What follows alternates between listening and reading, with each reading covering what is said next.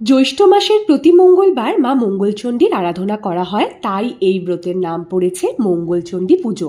তবে এই পুজো কেন করা হয়, কিভাবে করা হয়, এর পেছনে পৌরাণিক কাহিনী বা কি, তা আপনাদেরকে সংক্ষেপে জানাচ্ছি। পুরাকালের কাহিনী অনুসারে ধনপতি সওদাগরের পত্নী খুল্লনা প্রথম দেবী মঙ্গলাচণ্ডী মায়ের পুজো শুরু করেন।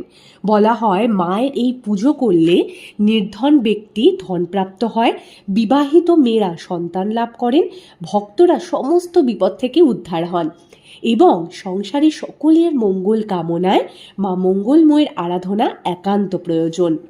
ভবিষ্যৎ পুরাণে যেমন মঙ্গলচণ্ডী ব্রতের উল্লেখ রয়েছে, তেমনি ব্রহ্মবৈবর্ত পুরাণ অনুসারে মা মঙ্গলচণ্ডী আবার কেবল স্ত্রীলোকের দ্বারাই পূজিত হন।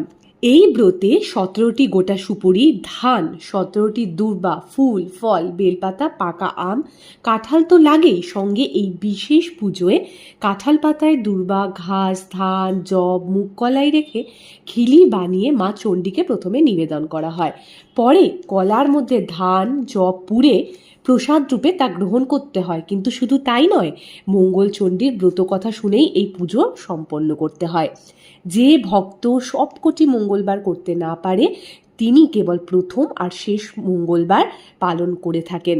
বাড়িতে অনেকেই মঙ্গলচণ্ডীর পুজো করে থাকলেও তবে কোনো পাশের দুর্গা বা কালী মন্দিরে গিয়ে পুরোহিত দ্বারা এই পুজো সম্পন্ন করা শ্রেয়। 5ই জ্যৈষ্ঠ, 20 মে, 12ই জ্যৈষ্ঠ, 27শে মে, 19শে জ্যৈষ্ঠ, 3 জুন, 26শে জ্যৈষ্ঠ, 10ই জুন মা মঙ্গলচণ্ডীর আরাধনার দিন। মা মঙ্গলচণ্ডীর ব্রত কথা নিয়ে থাকবে আমাদের আগামী ভিডিওটি। এইরূপ আরও পৌরাণিক তথ্য পেতে আমাদের চ্যানেলটিকে সাবস্ক্রাইব করুন, পাশে থাকা বেল আইকনটি প্রেস করতে ভুলবেন না, আর অবশ্যই বলবেন হর হর মহাদেব, ওম নমঃ শিবায়।